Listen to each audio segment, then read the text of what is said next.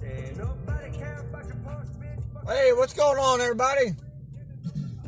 This is old Ronnie Yep, checking in. I'm going to tell you a little quick story about my wife and how her journey is going. It started back in January of 23, and she decided she wanted to have a gastric sleeve done. So we went up there and sat in a class and listened to it, and weighed out the pros and the cons, and she decided that was something she wanted to do. So I supported her in her choice, and down the road we went. She had to jump through several hoops to even get this procedure done. 6 or 8 classes. Took over 9 months to get everything done. She ended up having to have a mammogram done, had to have a colonoscopy done, had to have her blood work done. When she had the procedure, she had to stay overnight and then stay out basically all day the next day before she was released. No complications or nothing, but that's just what the insurance required of the facility, so that's what they stuck with. So when she started in January, she was 235 pounds. And I told her that she had to lose approximately 10, 15 pounds. I think it was 5% of her body weight to get her BMI down enough to where her liver wasn't fatty for the procedure. Because I went in with a microscope, robot things, go in there and cut it out. So along the way here, she learned that she was going to have some hair loss and that she could potentially be iron deficient after the procedure was done. She's like, okay, well, that doesn't seem all that bad.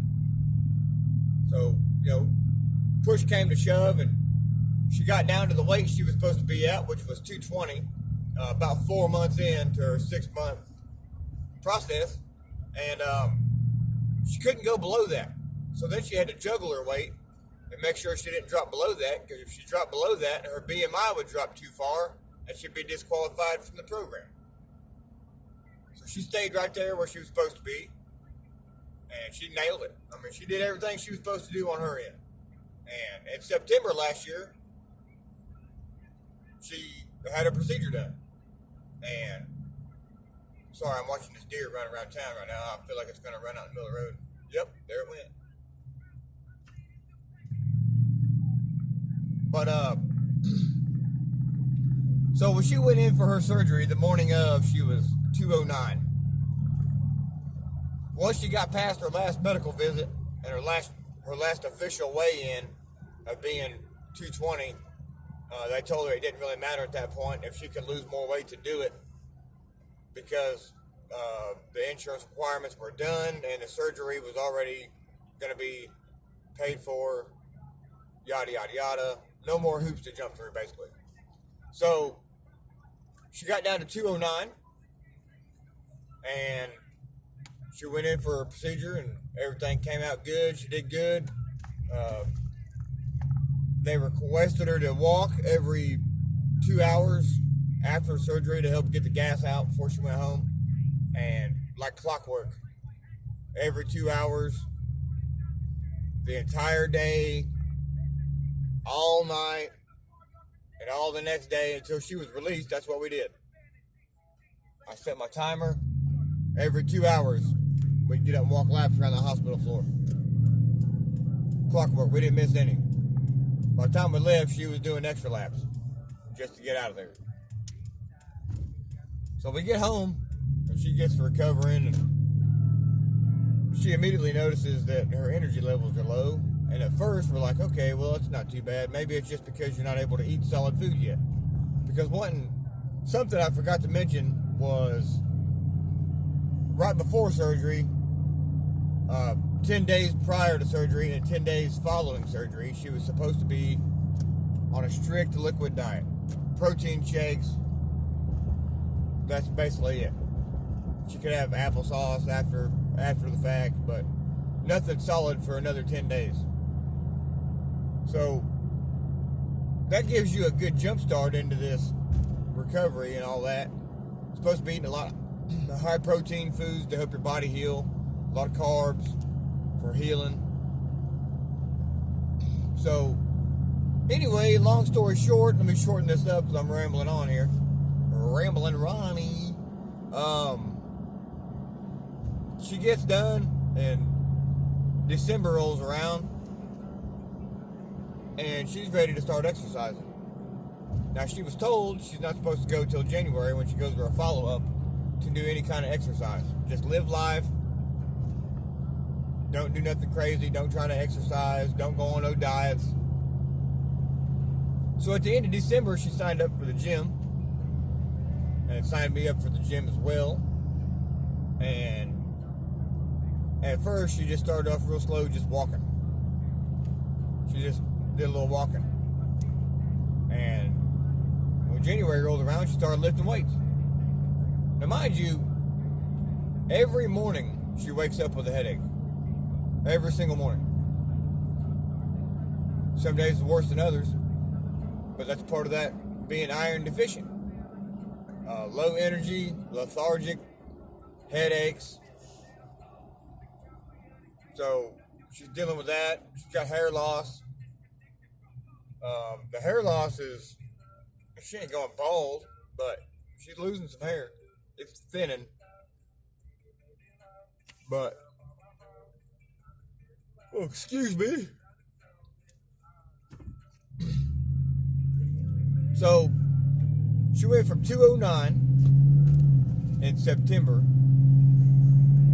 When she came out of the hospital, she was about 215 because they pumped her full of electrolytes and fluids, vitamins. So she was 215 coming out of the procedure. And when January went and she went to the hospital for her follow-up, I told her everything looked good except her blood work, her iron was still low. She might need a blood transfusion. She's scheduled to go back in April for that, for next month. But mainly the struggles have been the low iron has been just absolutely devastating because she's trying to go to the gym and she's doing a fantastic job of going to the gym and pushing through the tiredness to get things done. But I know it's dragging her down. I can see it. She looks amazing. She's doing a fantastic job. And as of January, March the 1st, she went from, we'll say 215 coming out of surgery to where she was 179 March the 1st. So she's definitely trending down, and now she's getting to a wall where she's gaining muscle because after they released her to go do whatever she wants to do full time or whatever, she's been hitting the gym pretty hard, and she's starting to put on some muscle underneath her extra skin there, and she's doing excellent. She is doing a fantastic job. I couldn't be more proud of the effort she's putting in. I keep her going. She keeps me going. That's what we do. And we try to keep Tony in on the loop. I'll let him know how she's doing, and he lets me know how his significant other is doing.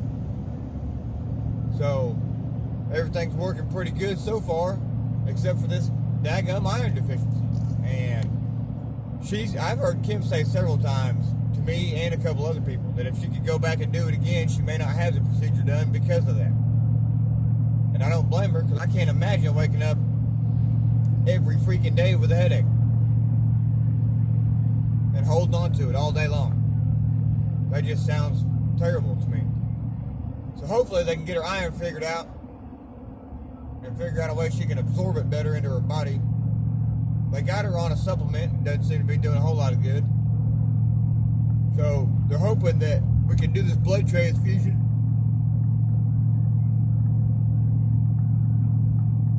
Oh my gosh. Woo! Sorry about that. Do this blood transfusion and be one and done, but it may be something she's going to have to do once a month or every quarter. We're not sure yet. We'll just get to that road and we'll cross that bridge when we make that turn. But right now, we're not there yet. So that's been it. That's long story short. I'm trying to keep it fairly short, and I'm not doing a very good job. So basically, from 235 to 179 in 14 months. That's where she's at, guys.